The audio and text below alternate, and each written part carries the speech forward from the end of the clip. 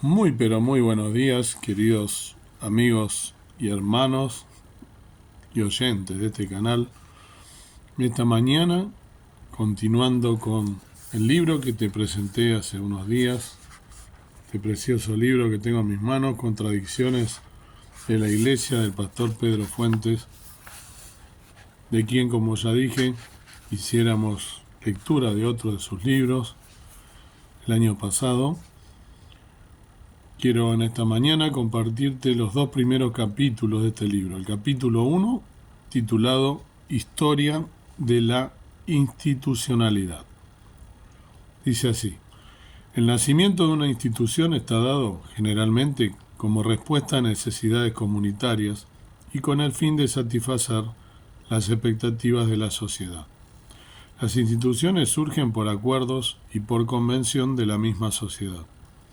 La revista en línea Intersticios Sociales, editada por el Colegio de Jalisco de México, publicó en julio de 2015 un artículo que ilustra el concepto del significado de una institución. Cito un párrafo que nos va a ayudar a repensar el tema.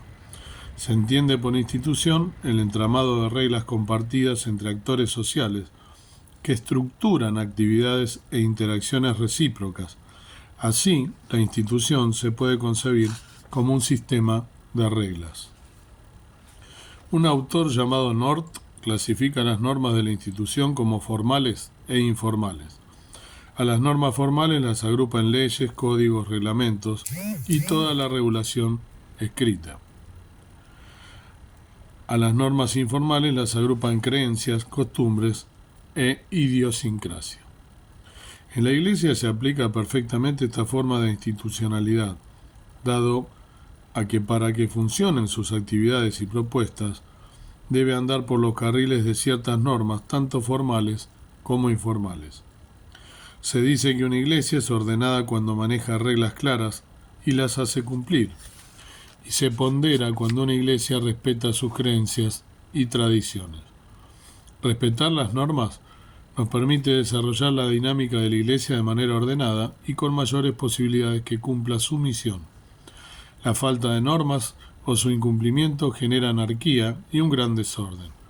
El problema queda planteado cuando, parados en cualquiera de estos escenarios, justificamos los excesos y se saca provecho personal de esta forma de manejo. Cuando nos aferramos a las normas, podemos caer en un legalismo atroz que destruye muchas vidas en el camino y genera un vacío de la esencia misma del cristianismo. Por otro lado, cuando nos dejamos llevar por la creatividad, a veces suele ser más bien improvisación, y no respetamos ningún acuerdo, caemos en el desorden. Esto permite que también algunos saquen ventajas personales, dejando un mal testimonio del Evangelio, llevando a la Iglesia al desorden y a la anarquía. En grande tienen al costado algo que leí recién: cuando nos aferramos a las normas podemos caer en un legalismo atroz que destruye muchas vidas. Sigue así: el pastor Raúl Caballero, de la Iglesia del Encuentro en Quilmes, provincia de Buenos Aires, en una entrevista televisiva que le realizó el comunicador argentino, el pastor Juan Pablo Bongarrá, advertía sobre el tema de la institucionalidad y estructura de la Iglesia. En una de sus intervenciones en la entrevista expresó lo siguiente: no hay comunidad de fe o líder que pueda decir que no ha caído en la trampa de la institucionalidad. Somos muy institucionalistas o muy informales.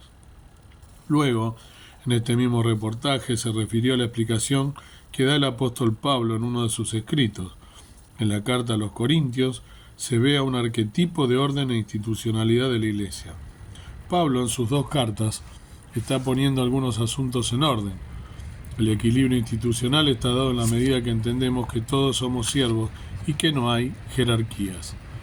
El pastor Raúl Caballero cerró su explicación citando a Jesús: los reyes de la tierra se enseñorean y toman dominio sobre las naciones. Entre vosotros no será así. San Lucas 22, 25.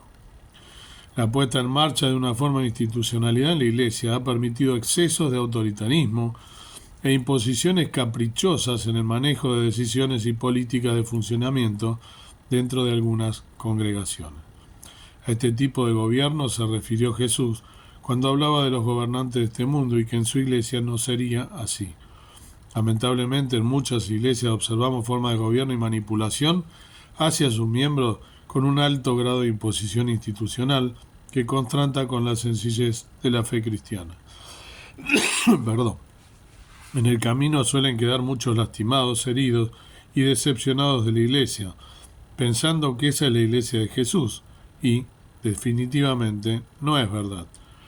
En el Evangelio de los Andrajosos, Brennan Manning expresa con mucha crudeza: la iglesia institucional se ha convertido en algo que hiere al sanado en lugar de sanar al herido. El inicio de la institucionalidad. El proceso de cambio que sufrió la iglesia cristiana antigua para pasar a ser la iglesia institucional que conocemos hoy como Iglesia Católica Apostólica Romana se produjo en los inicios del siglo IV con la intervención del emperador Constantino y luego con el emperador Teodosio. El profesor José Grau describe lo sucedido en la iglesia en el período en el que Constantino era el emperador del Imperio Romano. En el año 313 fue promulgado el célebre Edicto de Milán, que puso fin a la era de las persecuciones e inauguró un nuevo período en la historia de la Iglesia. Este edicto fue un decreto de libertad religiosa por el que se dejaba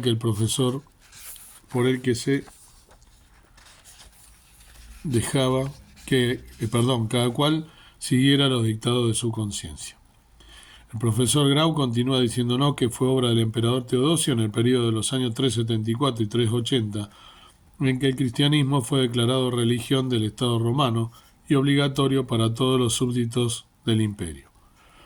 La institucionalidad de la Iglesia en el siglo IV consiguió unificar a todo el imperio bajo una religión universal y posibilitó que muchos aprovecharan esta institución para ocupar cargos políticos en la administración del imperio. El historiador Juan Barreto hace una cruda descripción de esta realidad. Los altos cargos en el Palacio Imperial fueron confiados a cristianos nominales, y estos favores contribuían a que las iglesias se llenasen de hipócritas que veían en la profesión del cristianismo un medio fácil de alcanzar distinciones oficiales. La posibilidad de ocupar altos cargos políticos en el gobierno y del imperio y de recibir ciertos beneficios por formar parte de la jerarquía eclesiástica sigue rondando en muchos ámbitos de la iglesia contemporánea. Grau hace una denuncia de la realidad de esa época. Constantino colmó de privilegios a los cristianos y elevó a muchos obispos a puestos importantes, confiándoles en ocasiones tareas más propias de funcionarios civiles que de pastores de la Iglesia de Cristo. En esta época, nosotros también, como Iglesia Evangélica, tristemente, solemos ser más celosos de las formas que la institucionalidad nos propone que de los principios que nos enseñó Jesucristo en las Santas Escrituras. Perdón. Aun cuando no tenemos problemas en identificar las doctrinas fundamentales de la fe cristiana, muchas de las formas y tradiciones que nos trajeron los fundadores de nuestras iglesias se nos han pegado tanto que las hemos institucionalizado y las cumplimos como mandamientos de Dios. A esto se le suma la carga del legalismo del que intentamos huir, pero que no siempre resulta fácil hacerlo. Como iglesia no somos una institución como la manifiesta la Iglesia Católica Romana, pero sí tenemos que aceptar que hemos institucionalizado tanto muchas de nuestras formas y tradiciones que solemos quedar enredados en ellas. En ocasiones nos impiden vivir en libertad y disfrutar de esa libertad cristiana. Y, otras veces, obtenemos ciertas ventajas haciendo uso de dicha institucionalidad. Bien, dije 2 capítulos, pero creo que con uno está bien por ahora. Coincido plenamente con el hermano Pedro Fuentes. Ahí lamentablemente puedo dar fe de ello. Muchas congregaciones que se han tomado tan en serio el tema de la institucionalidad que ya se pasaron de rosca. Y sobre todo aquellos líderes, aquellos que tienen a cargo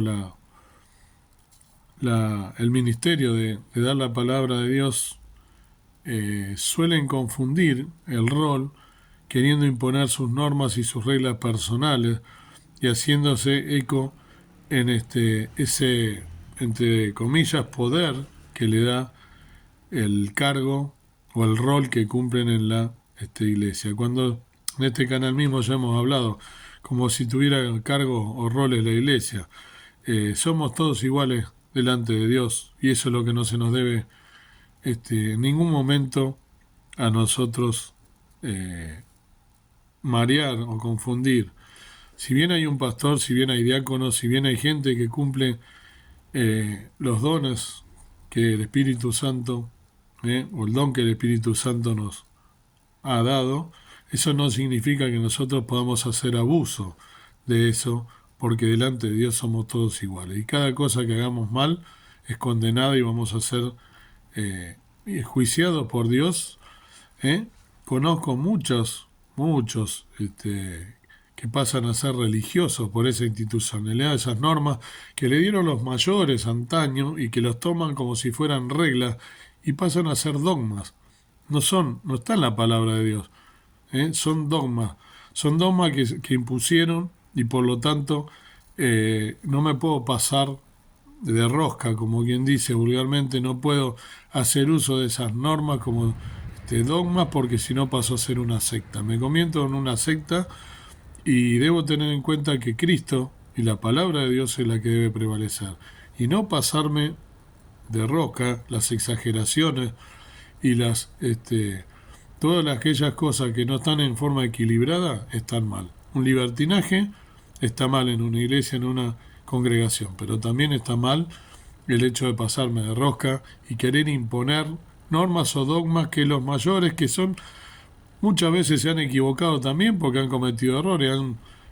Conozco gente o congregaciones que han puesto a dedos pastores por simpatía o vaya a saber por qué, porque no les quedaba otra, porque era el único que les parecía según su criterio, que debía ser él el elegido, el ungido, y resulta que después eso les cae y les juega en contra y hace un daño muy grande a toda la congregación. Y el problema grave es que no están solos, sino que hay un grupo de personas que hace que eso se mantenga de esa manera. Y más allá de los errores, no se marcan esos errores, sino que se sigue adelante llevando esos errores y haciendo mucho daño en el camino. Queda mucha gente en el camino, como dice el hermano, coincido plenamente, lo he vivido en carne propia, no hace mucho tiempo, y debemos tener cuidado de cuando se traspasan los límites. El libertinaje está mal, la apostasía está mal, pero está mal querer imponer normas que no corresponden cuando éstas no están basadas en la palabra de Dios. Cuando hago uso y abuso de el lugar que ocupo dentro de una congregación. Y peor es aquellas personas que justifican aquellas cosas que están mal hechas. Cada uno tendrá, como quien dice, será Dios quien juzgue a cada uno de nosotros lo que hemos hecho. Que Dios te bendiga y que puedas ir pensando en estas cosas que son delicadas y al mismo tiempo tan importantes de meditar y que generalmente no se hablan en las congregaciones. Amado Padre Celestial, gracias por este libro, gracias porque podemos leerlo, gracias por tu siervo Pedro Fuentes, que lo ha escrito y que nos trae inclusive más luz o nos trae la confirmación de aquellas cosas que estábamos pensando de acuerdo a la palabra de Dios y que vemos reflejadas lamentablemente en tantas instituciones cristianas, evangélicas, que copian lo que viene de antaño del catolicismo y que tantos problemas ha acarreado, tantas exageraciones fundadas en dogmas humanos y no en la palabra de Dios, y que hacen que tanto se exagere que trae daño a los miembros de las iglesias.